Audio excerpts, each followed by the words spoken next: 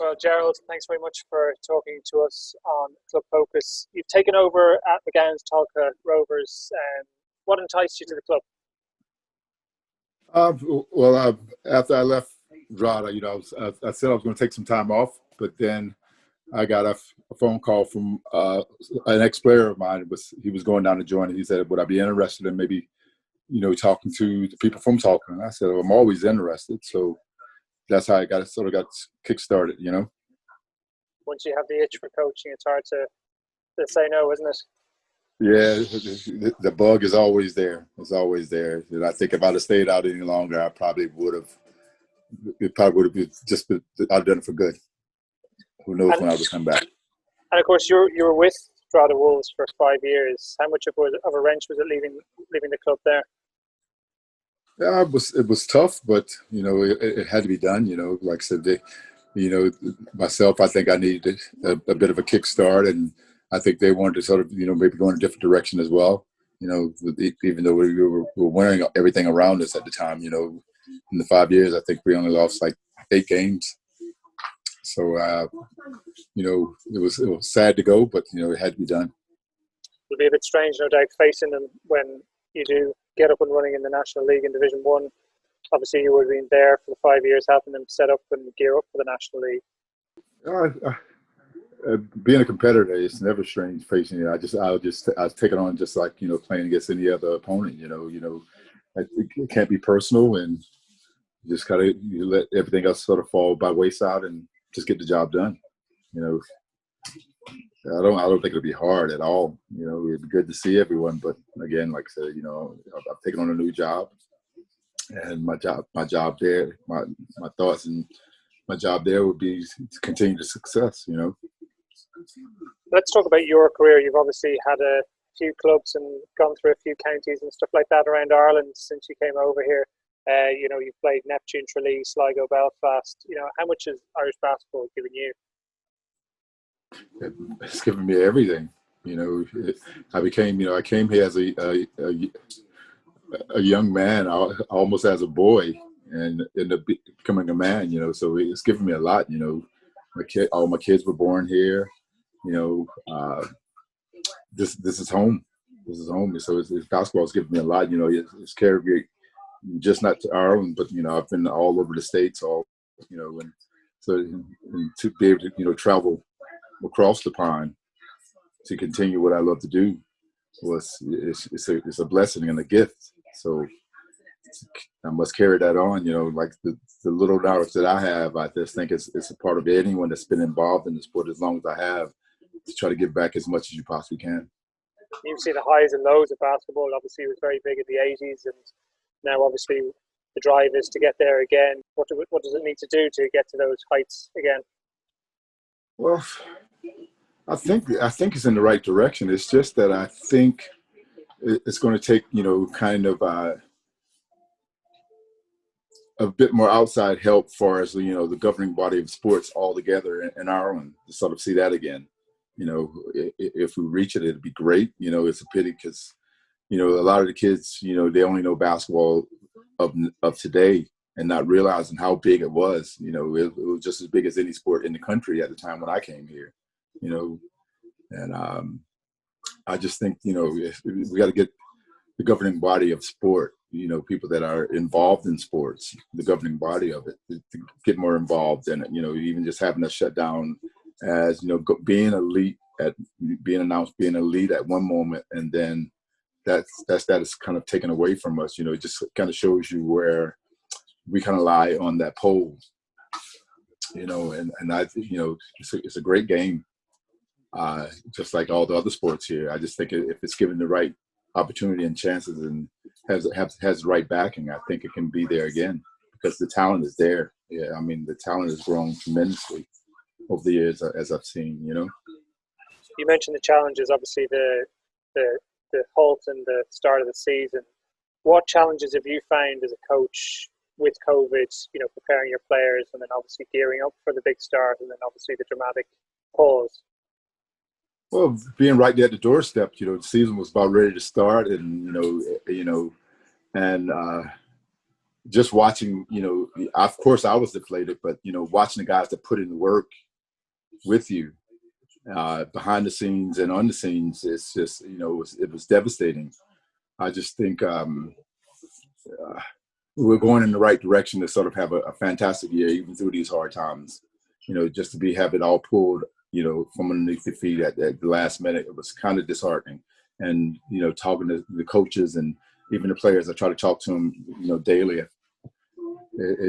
lot of the guys are just really disappointed. We had two fine Americans in at the time as well, and I thought they were going to really fit in well with us. And there were, I was disappointed for them, as well as all the guys that are here as well, and that goes right across the board to all the clubs, because everybody's kind of sitting on pins and needles and then on their hands at the moment and not knowing where we're going, because as of yet, we still don't know if the season will start then. Well, we're looking at January 9th as the season starts, so it gives you a bit of time to prepare. But I guess in the intervening period, being only able to train outdoors and only individually, how do you adjust to that as a head coach? Well, right now, like I said, it's pretty hard because, like I said, we got quite a few, Dublin-based players, but a lot of the players that I went out and signed, they're from other leagues, like from the Northeast, and it was hard traveling. They were already doing a lot of traveling anyway, but now being with this and with the restrictions, we just don't know how safe it is for people to be traveling that far here to travel and then training outside as well, But so we've kind of put things together to where, giving the guys, workout plans and telling them to stay on top of, a lot of the stuff themselves, but other than that, we're just kind of stuck. And, I would say all clubs in the same situation, it's just that we just had so many new signees that, from all over. So it's kind of hard with the restrictions and not knowing, how well we can move about. And then again, working outside, it's hard to sort of get that stuff done. Tell us about the signings that you made for the season. You were mentioning to me before we started off this that you've made 5 or 6 signings. So tell us about it. Yeah, well, we've signed quite a few up and coming rising stars within these other leagues. Like I said, we got 6 signees that we were gotten out of the Northeast, which were all kind of headlines for the teams and throughout that league. The guys that I kept my eye on, even when I was coaching in Andrade, I always said, I would love to coach you, not knowing that it would come about the way it has. But there were 5 or 6 guys that I would have loved to have, and I just thought that, even if I'd have stayed at Andrade, these are the kind of guys I was going to bring in as well, because I just think that, they're Super League quality and National League quality type players, with growth. So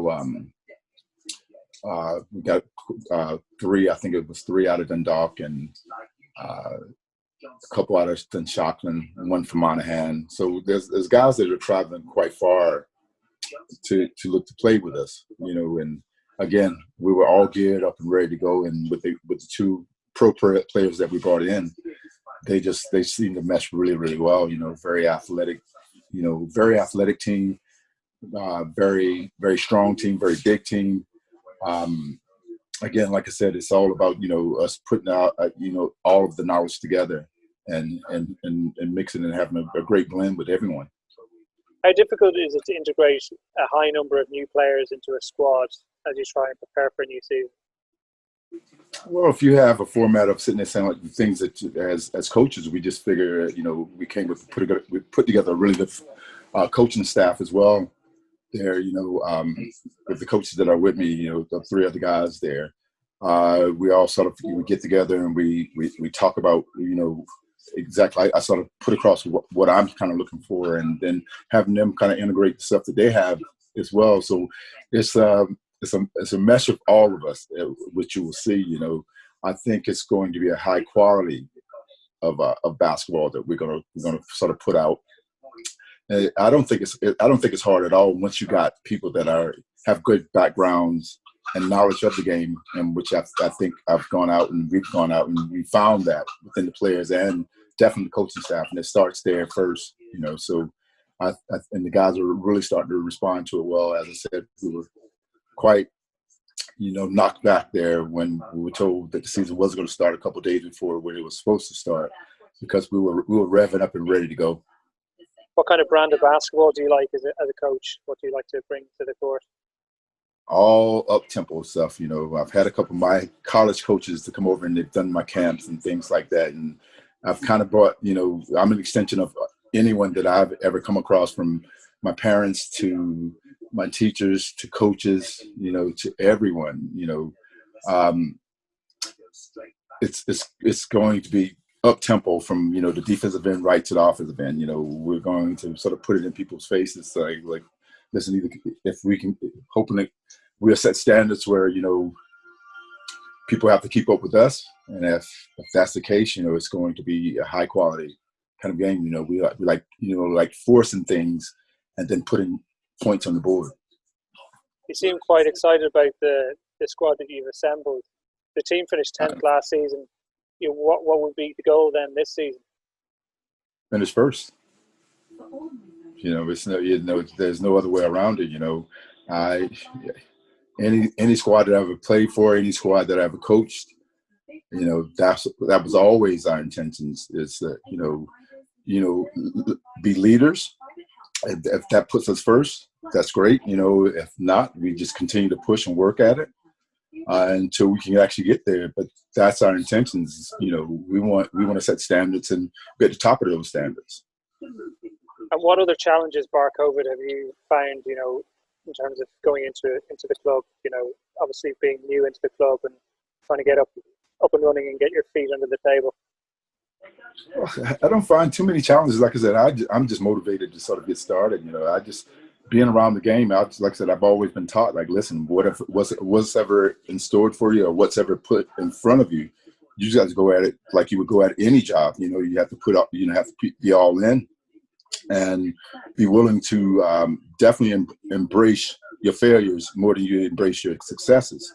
Because, those are the things that you're going to remember. Those are the things that will drive you to actually want to be more successful if you embrace your failures. And this is what I'm trying to tell, any kids or any teams I've ever coached is that, like, listen, guys, everyone's always talking about, man, I can't get this, I can't get that. I don't like losing. But that's what makes us all, because none of us was born talking, walking, all of these things we had to learn from learning to fall. You obviously had a long career in the game. How did you find the transition going from a player to a coach? Was it difficult? Well, I'll tell you this, it wasn't hard because I was told long ago when I was like 19 years of age, when I was at Virginia Tech, I was told by my coach, I actually walked in his office one day and he said he just wanted to have a chat with me. And so we started talking, and he would just ask me, how do I find things? And here I would have been playing with quite a few All-Americans at the time. I played against a lot of great players, but he just blurted out saying, like, someday you're going to make a fabulous coach. I said, Coach, why would I want to go into that? I said, I'm always going to play.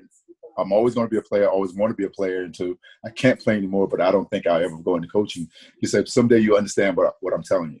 And that I do understand that now, because it's all about, taking in as much as you possibly can and then giving back is twice as much.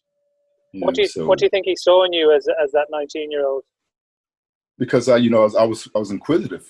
Everything that they threw at me, it was a challenge, but it was a challenge that I was, I would invite every day. I would actually go into the office and ask to be pushed even harder. Like, Coach, is that all you got?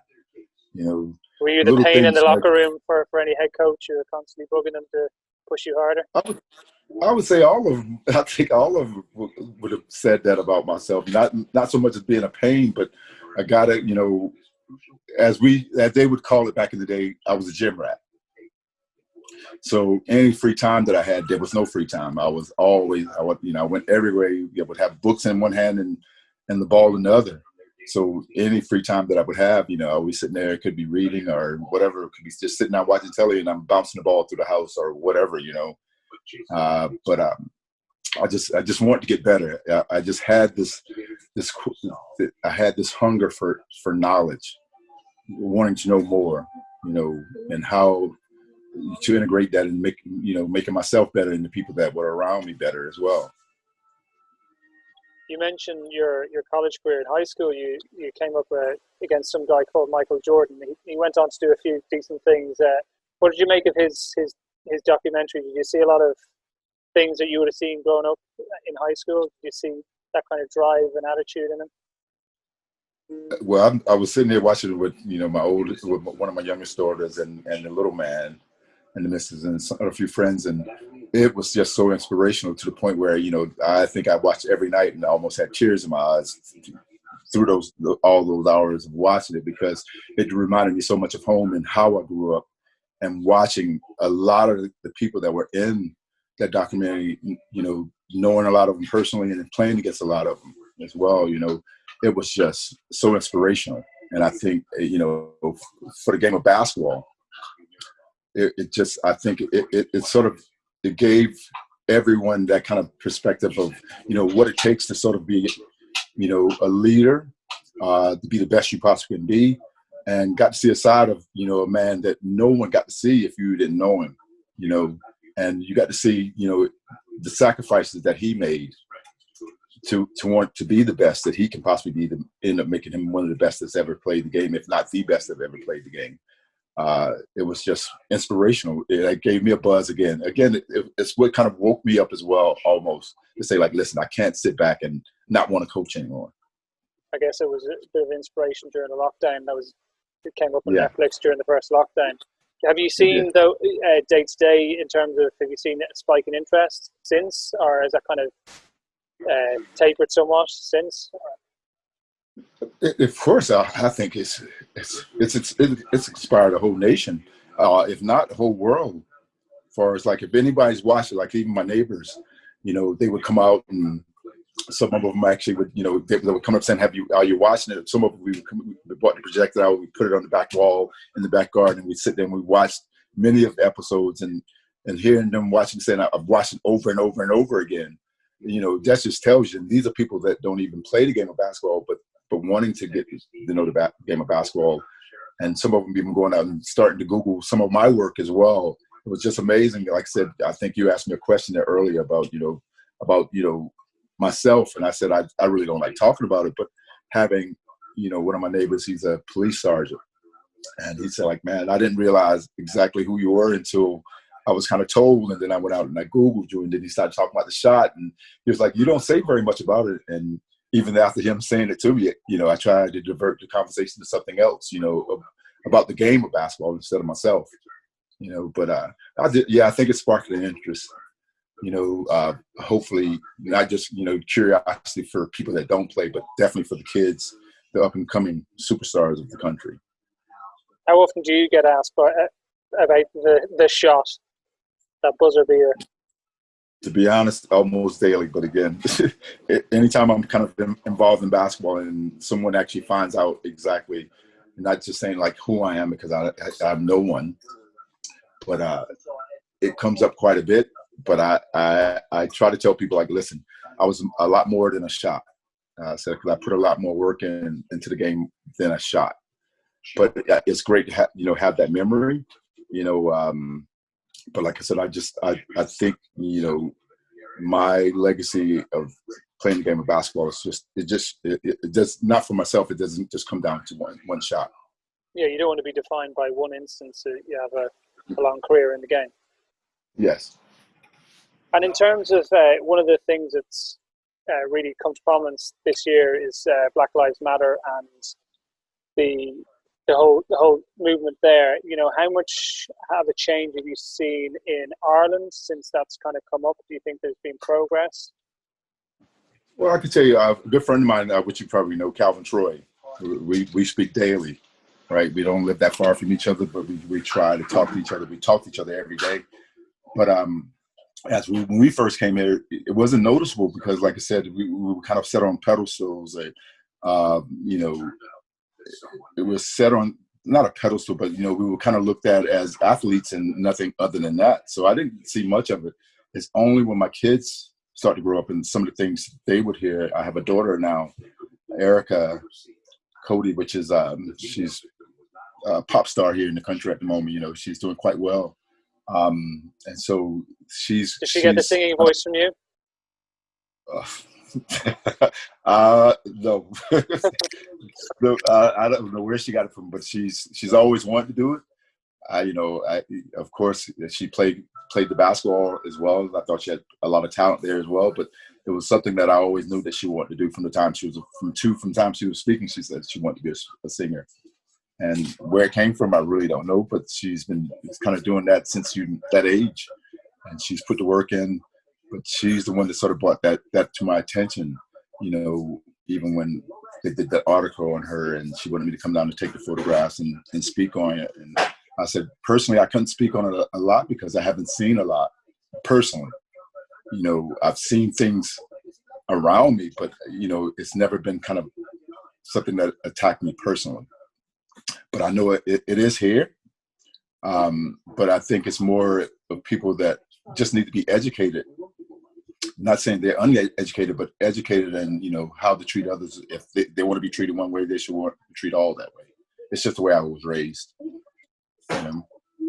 And do you think that, you know, basketball leads in that side of things? I've talked to plenty of players, and they said, you know, we've not encountered that kind of thing within the game in basketball, but when we play different codes, we've had issues there. Have you ever encountered this, you know, at a game in basketball? In basketball, I feel like this. You know, I won't get too personal, but there was only one incident that I can remember. Carlos, I'm on the phone. There was only one incident there in basketball. It was probably my second year, I think it was. No naming any names, but there was something that was said, and I just sort of pulled the guys to the side, and I said, like, listen, that was kind of ignorant, you know, and I think you should actually, you know, do your homework before you want to use any kind of words or attack on anyone first. Sort of, you know, put yourself in those shoes that you're saying these things to people. So I guess education is the key, isn't it, with all this? Which is everything from what we're going through now to, you know, how we treat one another, you know, everything. You know, education is always the key, and I just think that's what it comes down to. And having these voices, I think it's brilliant. Like I said, I've never had any problems with police when I was growing up. You know, to see some of the things that are going on at home now, knowing that does happen, but it's just never happened to myself. But I know quite a few people that it has happened to, and you know, I just think, you know, as a world, we all need to sort of understand we all come from the same. We all bleed. We all bleed the same. We all hurt the same. You know, we just come in a beautiful color of rainbow as it was meant to be, and we just have to learn how to, you know, live with each other.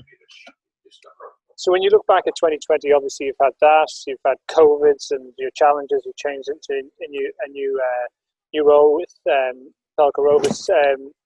Sum up your year in 2020 and what will you be targeting as goals in 2021? As far as basketball is concerned, or yeah, basketball, like I said, for one, I like to come in and again set a standard at a club that has a rich history anyway. But, you know, just pointing some of the things that I do, you know, as I think one of the things I said to him, I said, like, listen, to bring in what I do, you know, I think you change the way people think. You change the culture, you change the way people think, then you can change the way people kind of play. Yeah. I just, you know, again, I want to bring a brand of basketball where, you know, it makes people feel good. You can walk, you know, for those couple hours that you're sitting there watching, you watch the game, those couple hours you're sitting there saying like, wow, that took me away. You know, any little stresses or any little, you know, headaches they've had, they can walk away just after those couple hours thinking like, wow, that was brilliant, you know. And how have you adjusted yourself mentally with with lockdowns? You know, we've had this now our second. How's that been for you personally? Personally, I feel like this. I found out that I could paint. I Very good. found that I could do a lot of gardening. I found that, I've done quite a bit around the house here. The house looks brand new. Uh, it's just a lot of, it just, it gave, you can accept it two ways. You can sit back and say, do nothing, or you can sit there and just motivate yourself, say, listen, I got to do something, just trying to keep yourself in a position where, you don't let it, sit on your head mentally. So you just got to stay busy. Well, best of luck staying busy. Thanks very much for talking to us. Thank you very much for having me.